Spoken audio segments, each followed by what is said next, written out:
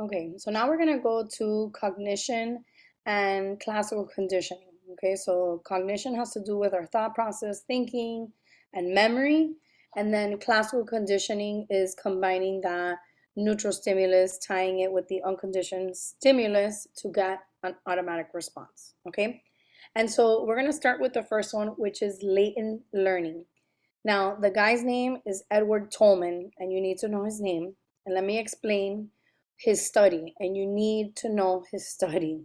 Okay, so what this guy did was he basically put a bunch of rats in a maze to explore, okay, with no rewards at all. So they just kind of like went through the maze, but they really didn't do much. Like they didn't want to get out because there was no reward, right? So there was kind of like they just walked around the maze, okay? And what he discovered was that these rats were able to create what's called a cognitive map.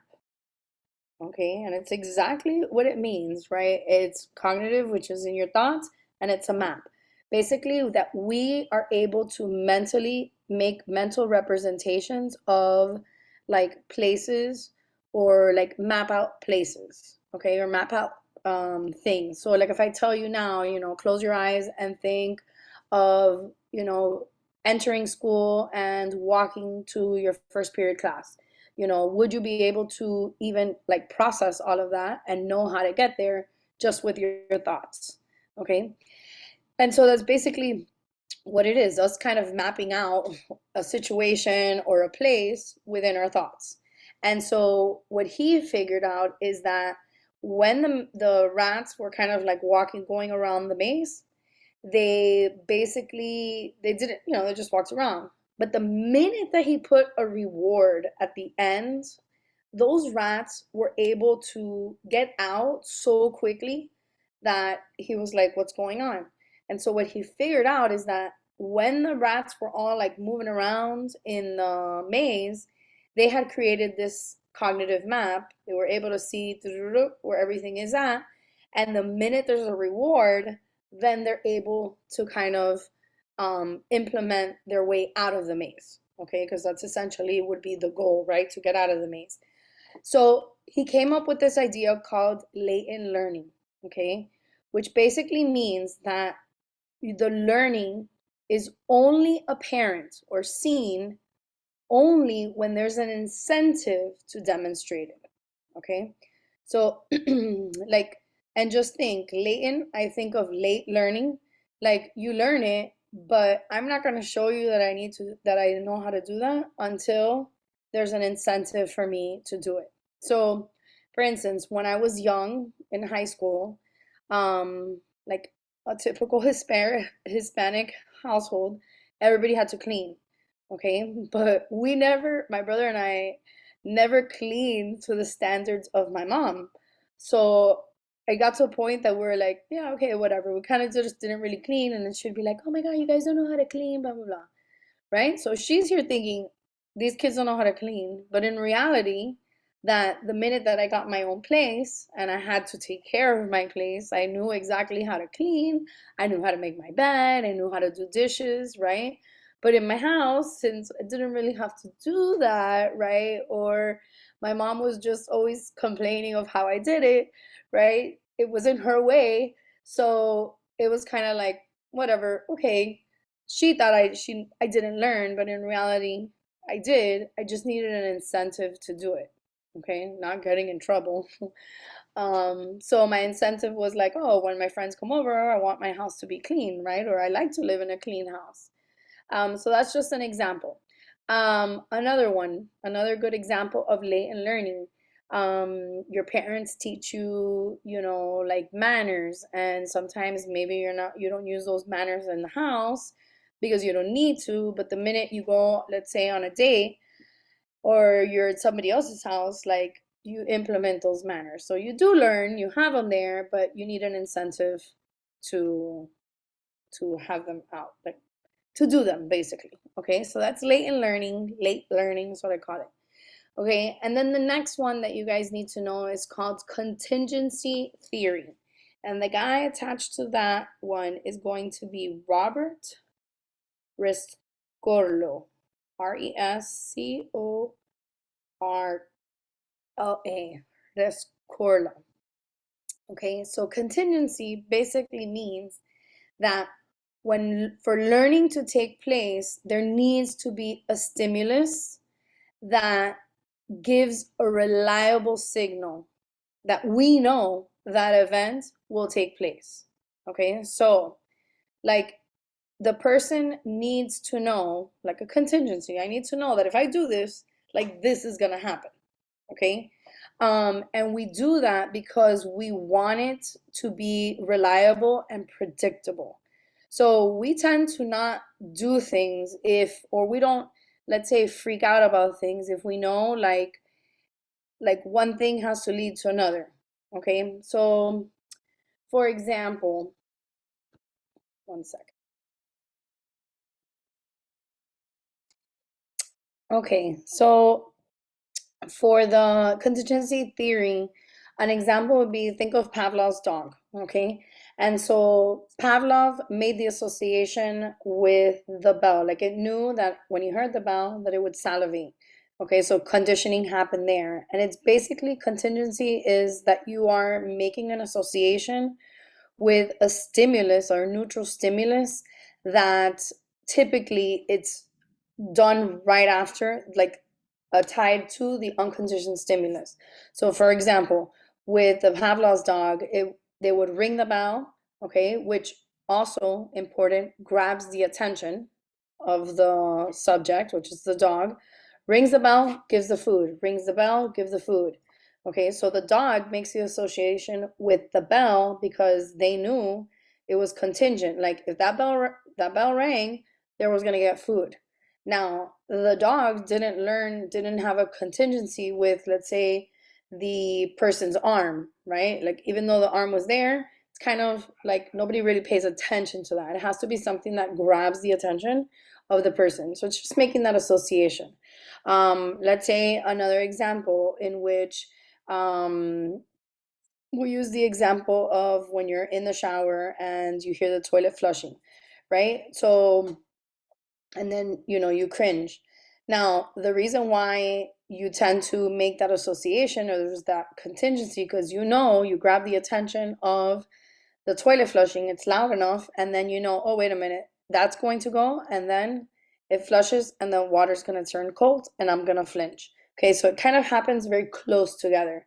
Now let's say right before that you don't make the association of like somebody walking in and using the bathroom, right? Because it tends to be not such a, like, time is also spent as well as it's not linked to it so closely while you're making the association.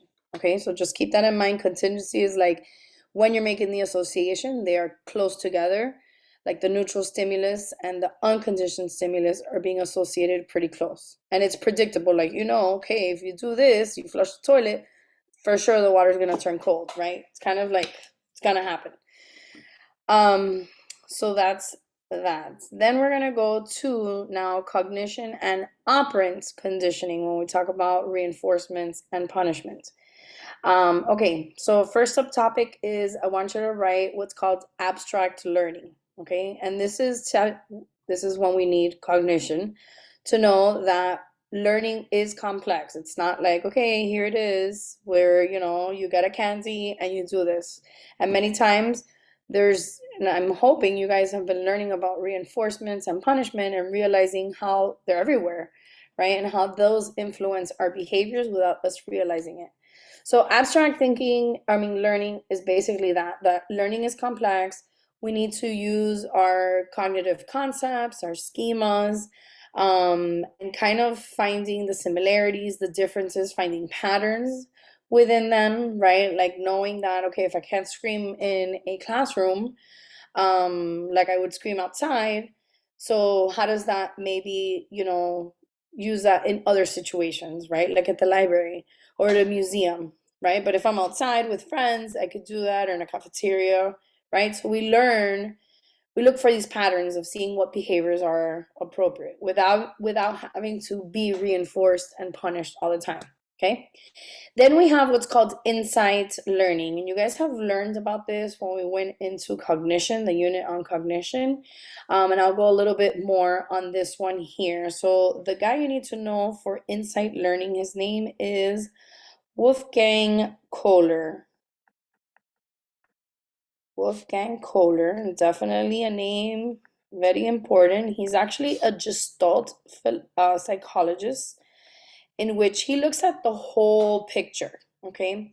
So, insight learning is basically the sudden realization of the solution. Okay. So, like you're sitting there, you're thinking of a problem, and then all of a sudden you get an idea, like you know how to solve the problem. Okay. So, this is with problem solving. And so this happens with, he did this whole study with chimpanzees and them trying to get a banana. And they were there, you know, through trial and error. And then all of a sudden they figured out if they stacked it a certain way, they were able to jump up and get the bananas. Okay. So that's insight learning. Then we have what's called Premack principle. Okay. Premack principle, some guy named David Premack, is the one that started this. And he basically stated that a person is going to do a less desirable activity in order to get what a desirable activity as a consequence or outcome. Okay. So for instance, let's say you're you know, it's the weekend, you want to go out with your friends and your mom's like, you're not going anywhere until you clean up your room or finish your homework. And so you're gonna do a less desirable activity like homework or cleaning your room. I hope you like to clean your room. But anyway, but like doing your homework, right? You'll do that in order for you to do something that you do like, okay? So typically that is what we do, you know, and let's say another example is your parents are like, when you were kids, you go, oh, you gotta eat your veggies and then you could have dessert. So we tend to, Premack is that we tend to do things that we don't necessarily like in order to get what we do like, okay? Like sometimes you have to work really late in order to make a lot more money, okay? So that's an idea. The next one is called a token economy. And I know I skipped learned helplessness here, but just I want token economy right after Premack principle. So token economy is basically in which it's a reward system. It's so many times used in therapy, but it could also many times be in a classroom setting. You've probably seen it in a classroom setting.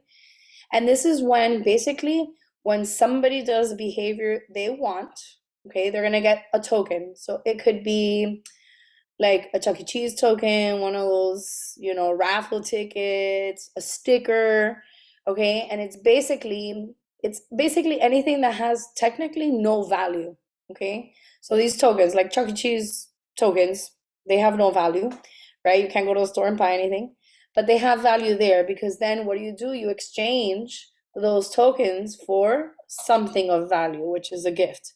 Dave and Buster's, that's another example. They definitely use token economy, right? You get a bunch of raffle tickets, and then you get those raffle tickets and exchange it for something of value. Classrooms, they do this a lot. Sometimes they'll say, okay, if you get 5 stickers, then you'll be able to go to the treasure box. Okay, or if you get 5 points, you'll be able to go to the treasure box. Okay, so that is a token economy, very effective, especially when you want to work on behaviors that increase.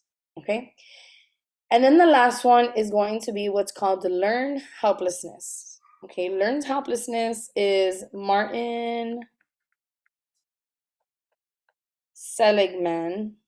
And as you notice, this unit has a lot of names, and I will tell you, they love to use the names from this unit. Okay, so please keep that in mind.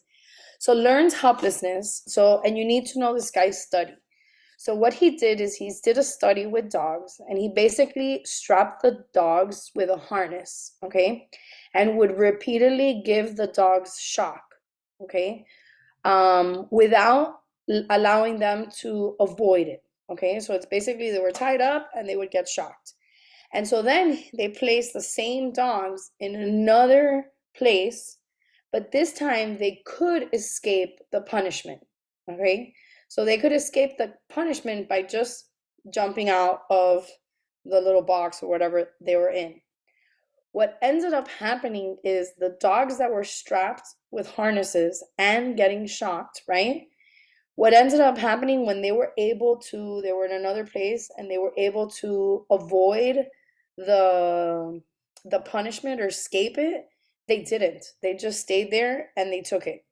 Okay? And so what he learned was that these dogs basically what it is that they lose hope and the possibilities of being able to be successful. And us as humans, we do this as well, especially like when we fail or we don't get the outcome we want. We tend to think, well, what's the point? It's helpless. Okay. This is why I was talking in one of my classes about when in kindergarten or like elementary, they use that green, yellow, red concept and how that concept is not the best behavior management because what happens once you got to red, like that's it. There was nothing else you could do. And that actually develops learned helplessness because they feel like, well, I can't move up, like I can't do better. Right? So what really works is the opportunity, like yes, you could go down in levels, but you could also go up in levels and earn your way back. That prevents that learned helplessness. Okay, another example of learned helplessness, and we'll talk definitely a little bit more in class because this is so interesting. It happens to us without even noticing that it's happening to us. Um, but typically, like when you feel like you have no control over the situation, then it's like, forget it. I can't do anything. Okay. And in reality, you do have control over it. So, like, let's say you get really overwhelmed over class or you're falling super behind in work with classwork, and it just feels so overwhelming that you're just like, you know what? There's no hope. I cannot do it. And in reality, you can. There's always possibilities, always, always. And if you're not sure, just come talk to me because I will definitely help you find possibilities. Which I want you to skip this whole coping mechanism because we're going to go into what's called the locus of control. And this is going to help actually with um, learned helplessness. Okay, so there's two types of locus of control, and we have what's called external locus of control and internal. And I know that we've heard it before, but external locus of control is that we perceive that change can only happen from forces outside, right? That's why it's external. So that technically we don't have control of situations because it's an outside factor that determines this. Okay, now some things, yes, that is true. There's external locus of control. So let's say wanting to get into college, right? And you don't get into the university or like waiting for the answer. That's an external, right? You have no control over who is going to pick. It's kind of like, especially colleges, very competitive and kind of like luck of the draw sometimes. So sometimes some of those things you can't control. But then you have internal locus of control. And this is when you perceive that you control your own destiny and your own choices. Okay, you're able to create, the life that's possible. And I am big advocate of internal locus of control. Though sometimes definitely external factors play a huge part in, the life, your control, but it's not like the ultimate. This is why when students are like, I'm just like, there's no hope, I can't get it done, I'm not gonna do it. And in reality, when we see, no, we have the power in order to make our destiny, which I think is so powerful as humans, that then we're able to take charge of our life, right? The external kind of gives us hope, like we have no control. It's kind of like somebody else's um, responsibility. When if we look at it from an internal, like what can we do to really control our fate? And it's beautiful. that we have that. We're capable of doing that. And then the last part is the self-control, okay? And self-control is basically the ability to control our impulses and delay short-term gratification, right? Or delayed gratification. And what exactly is that? Is that can we work on the like not getting the reward right away, like being able to work really hard even though I'm not, let's say, making as much money, but I'm working really, really hard to eventually make a lot of money.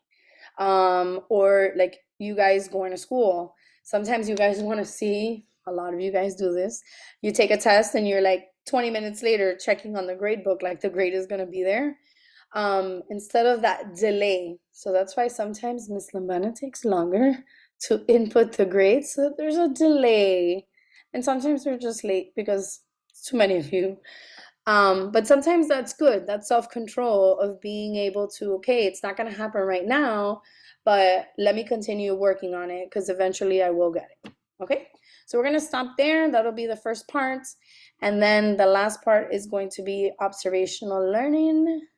And that's our, it'll be